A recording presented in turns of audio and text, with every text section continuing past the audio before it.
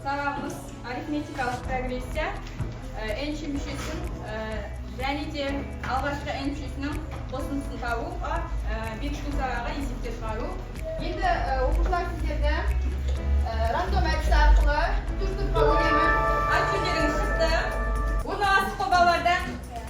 Жақсы. Балалар бәрімізде сутка бар бұдан. Оқу мақсатымыз арифметикалық прогрессиялардың энші мүшесін алғашқы н мүшесінің қосындысын есептеу формулаларын сипатты қасиетін білу және қолдану.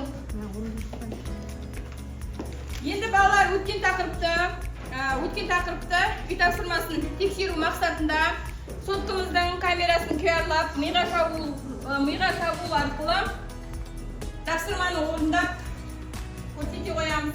Жіберген тапсырмаларыңыз маған көрінеді, сол бойынша бағалаймын. Мынау сіздердің өзін бағалау парағы. Бұл жерде мына сандарды жылжыту арқылы кім қай турдан неше балл алды, сөйтіп өзінің балын қосып отырады. Жалпы миға шабуыл үй тапсырмасы деген 2 балл. Одан кейінгі жеке жұмыс, топтық жұмыс, жұптық жұмыс әрқайсысы әр туры 2 баллдан. Және де соңғы сабақты бекіту 2 балл. Барлығы 10 балл. Сонда қазір әркім өзінің бағасын өзі белгілеп отырады. Қазір миға шабуылды толық орындасаңыз 2 балл аласыз. Қатеге кетіп жатқан болса, тақтамен тексереміз ғой, 1 баллды қоясыз өзіңізге. Әркім өзін бағалайды. Мынадай тапсырма шықты.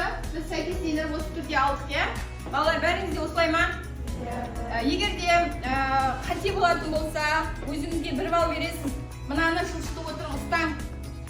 1 балл болса, 1 балл деп 2 балл болса, 2 балл деп осылай алып келеміз. Жақсы, келесі жеке тапсырма балалар әркім өзі орындайды.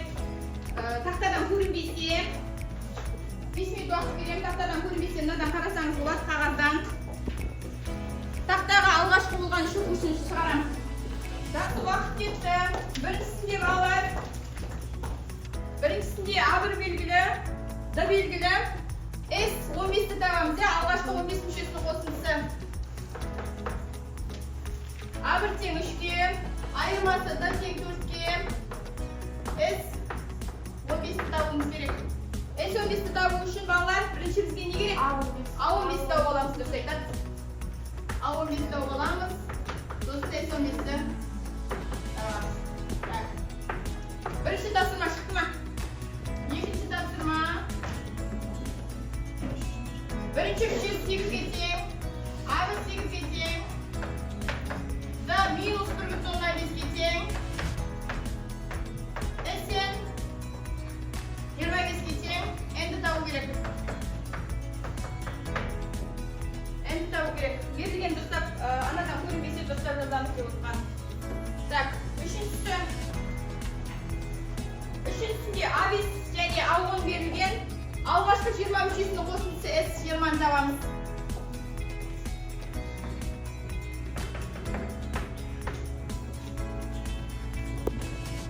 А10.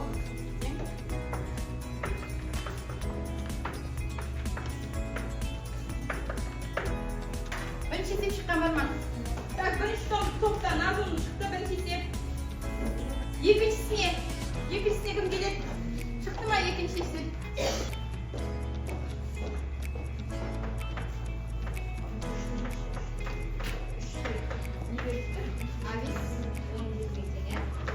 Мынаның А1 тауымыз керек қой бізге. А5 тең болады, А1 қосылған 4-ті. А10 тең болады, А1 қосылған 9-ті. Осы арқылы шығарасыз, орнына қойып. S10 деп отырғаным А1 қосылған А10 бөлінген 2 көбейтілген 10. Есеп шығарған балалар өзіне 2 балл қосады ғой жеке тапсырмаға. Тақтан жазып аламыз балалар. Жаңағы қағаз берілді ғой балалар. Соған жауап жазып отырамыз. Шығару жолымен жауап жазып отырамыз.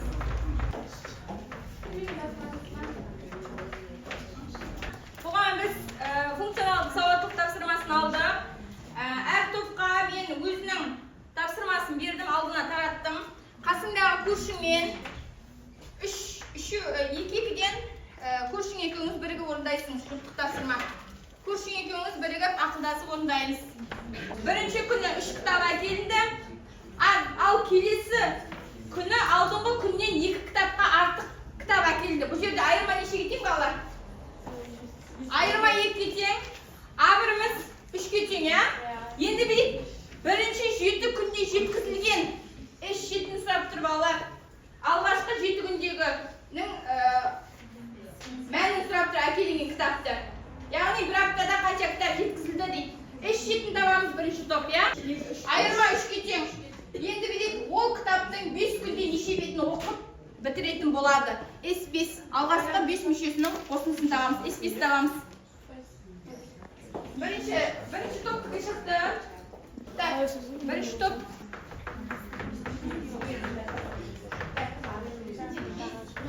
Елу бес шығады. Келе ұш тақтаға келе ғой. Жазып отырамыз балалар. Тақтан жазып отырамыз. Топтық тапсырмада домино, яғни бізде бірген ашып қасарады. Бізде домино карталары берілген. Бастаудан бастап есепті шығарамыз.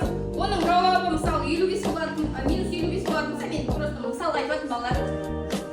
Мысалға айтып жатырмын балалар, мына есептің жауабы 55 болатын болса, соның қасына біздер жалғастырып, сандарын жалғастырып былай кете береміз. Жауабын табамыз. Сосын жауабы мына болды ма, келесі есепті жалғастырып мынаны шығарамыз. Сөйтіп келесі есептің жауабы шығады.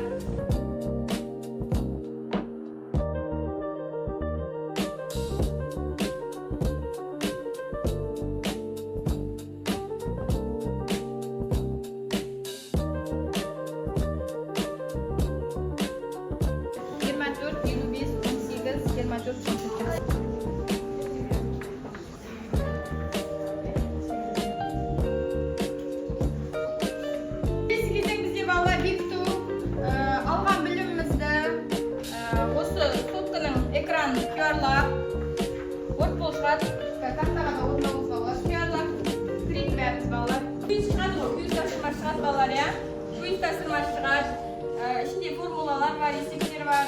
Соларды орындау арқылы біз бүгінгі сабағымызды бекітеміз.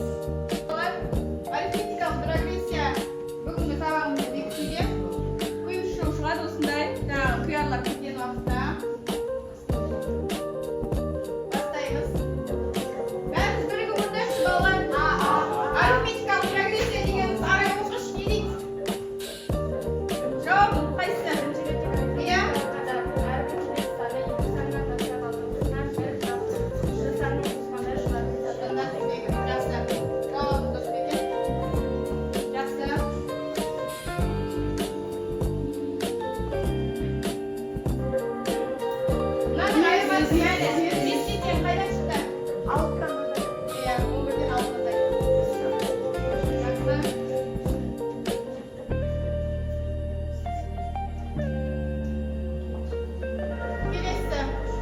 Мүшесінің формуласы.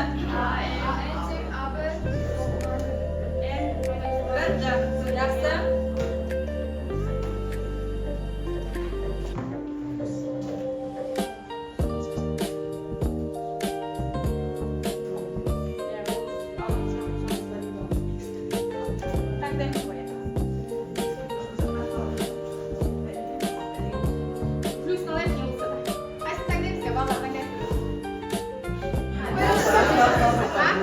Бірді алайық ба? Жақсы. Плюс 2 болыңыз. Молодец.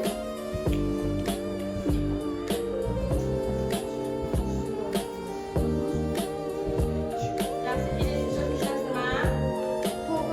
Үшінші мүшесі 9-ға тең. Жақсы. Себебі айырма 2-ге еселенеді.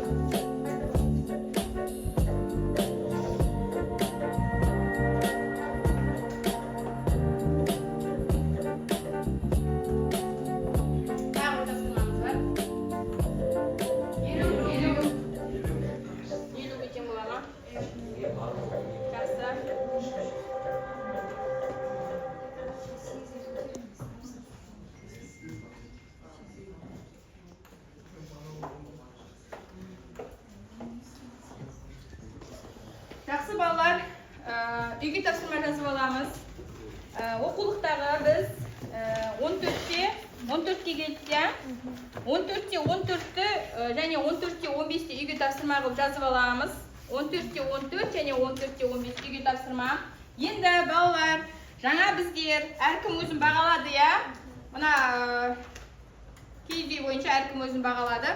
Сол бойынша маған кім неше балл алды келіп күнделіктеріңізбен бағаларыңызды қойыңыздар. Сабақ аяқталды. Сау болыңыздар.